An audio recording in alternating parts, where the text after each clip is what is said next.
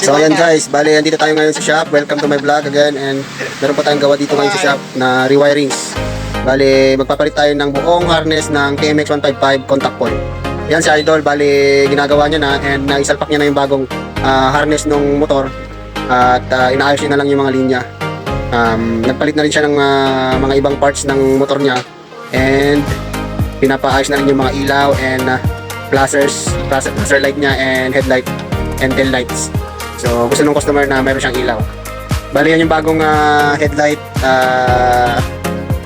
assembly niya. So yan yung ilalagay natin mamaya. And nagpalit na rin siya ng kanyang handle switch. Yan, with the brake lever na rin yan. Isang set na yan yung nabili ng kasama ko. Ayan. Yan yung dati niyang harness. Ayan, grabe. Halos putol-putol lahat and talagang lumang-luma na.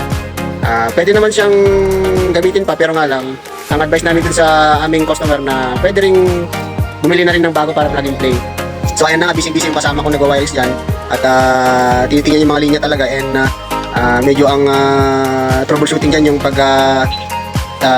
hanap ng mga line, lalo-lalo sa papuntang headlight.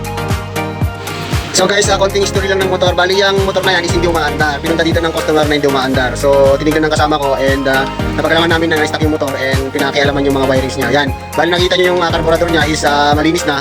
Yan yung unang tinignan ng kasama ko bago niya chinun up and tinignan yung kuryente ng motor. So okay naman, and umandar naman.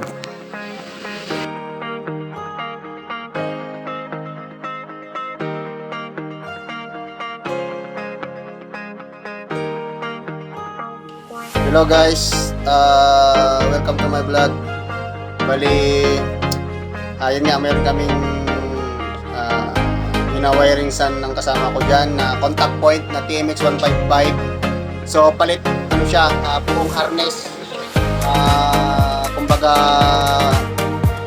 gusto ng customer is papalitan na yung dating nakalagay na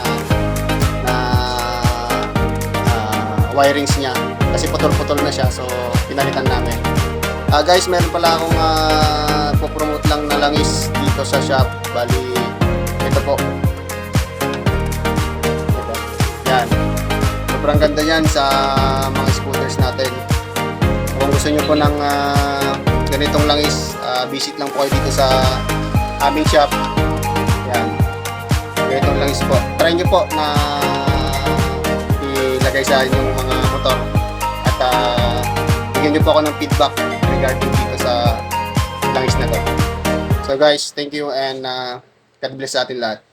Bye.